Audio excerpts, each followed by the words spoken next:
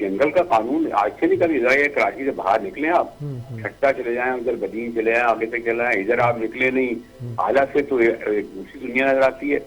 وہ تو یہ ہے کہ ہاں یہ سوری تو میں کہوں گا کہ یہ جو ہمارے جو مقامی رپورٹرز ہوتے ہیں جو ذرا سی خبر کو اب دیکھیں نا اب وہ کتنی ہائی کی ریٹ کی گئی. جو پیپلز پارٹی کا ایک ایم پی تھا جوکیو جسے گرفتار کیا گیا دن دہاڑے بجا کے وہ کر رہا تھا قتل. اب کوئی خبر میں ہے وہ؟ اب خبر یہی ہے کہ حضرت مولانا فضل الرحمان کی ایسی شاندار فتوح اور 23 میں چلے گئے یہ ایف پی آر یہ فنا جو کیوں کر سکتے یہ بیچارے آپ کے لوگ ہم لوگوں کو ہم کوشش تو کرتے ہیں لیکن ہمارے آپ کے قاضی وہ نہیں ہے کہ اب اس وقت تک تو بڑے سینئر جرنلسٹوں کو ہم جیسے لوگ ہوتے ہیں ہماری نواب سے کیا دور ہے ہمیں چلے جانا چاہیے 3 گھنٹے کے راستے پہ اور بھی لوگ جاتے تو یہ ایسی مقامی خبریں بنیں گی اور ختم ہو جائیں گی. روز ایسے ہی ہوتا ہے. وہ بیچارے مقامی جو رپورٹرز ہوتے ہیں وہ پولیس اور ان سے جو وہاں کے جو ایم پی اے یا وہاں کا وڈیرا ہوتا ہے ان سے تعلق ہوتا ہے مخالف وڈیرا یہ ان کو آج کل تو آپ کو چل گیا نا کیمرے کی بدل کی آپ نے ایک ویڈیو ڈالی اور آپ نے وائرل کر دی اور پھر اس پہ ہو گیا اور پھر آپ کو میں نے کہا جیسے یہ واقعہ ہے. اب آپ یہ بتائیے اس بحریہ ٹاؤن کا کیا ہوا. ایک بہت بڑا واقعہ ہوا تھا وہ یاد ہے مری ڈیولپمنٹ اتھارٹی کا ملک ریاض سے کہا تھا کہ 1000 ارب روپے تو پوری زمین پہ قبضہ کر لیا تھا اور ملک صاحب کس کے ہوئی ہیں وہی زرداریوں کے پیچھے تھے نا کہ 450 ارب روپے کا کہا انہوں نے چیف جسٹس نے ثاقب مرزا نے 50 ارب روپے دیے اور وہ کہاں چلا گیا وہ جو جلوس تھا آپ کے تمام سندھ کے قوم پرستوں کا نکلا تھا. وہ مجھے نہیں علم اس وقت تک وہ جو نواب شاہ کی جو روڈ ہے اس پر کتنے قوم پرست پہنچ گئے جو یہ ٹاؤن میں داخل ہو گئے تھے اور انہوں نے یہ سیٹ بجانے کی کوشش کی تھی. تو یہ ہے کہ امیر صاحب یہ آپ بھی مجھ سے زیادہ ماشاء اللہ سینئر ہیں مسئلہ تو وہی ہے سسٹم تو وہی چل رہا ہے. ہماری خبر بنے گی کل ختم ہو جائے گی. ٹھیک بات ہے ٹھیک بات ہے. آپ کہتے ہو کہ یہ کوئی اس کا کوئی اثر نہیں ہوگا لیکن کوئی ہوگا جو یہ ہماری اتنی این جی اوز ہوتی ہیں جو انسانی حقوق کے لیے کام کرتی ہیں غریبوں کے لیے کام کرتی ہیں مزاروں کے لیے کام کرتی ہیں ہاریوں بیچاروں کے لیے کام کوئی نہیں بولے گا ان میں سے. میر صاحب اب یہ وہ وہاں کی جو یہی تو بڑی بدقسمتی ہے کہ جو تھوڑے بہت پڑھے لکھے لوگ نکلے تھے بلکہ مجھے رائٹ کا تو نہیں پتا جو لیفٹ کے نکلے تھے سب این جی او کا شکار ہو گئے نا اور پتہ چلا کہ وہ لوگ میں تو کہتا ہوں کہ سارا لیفٹ این جی او کا پیارا ہو گیا.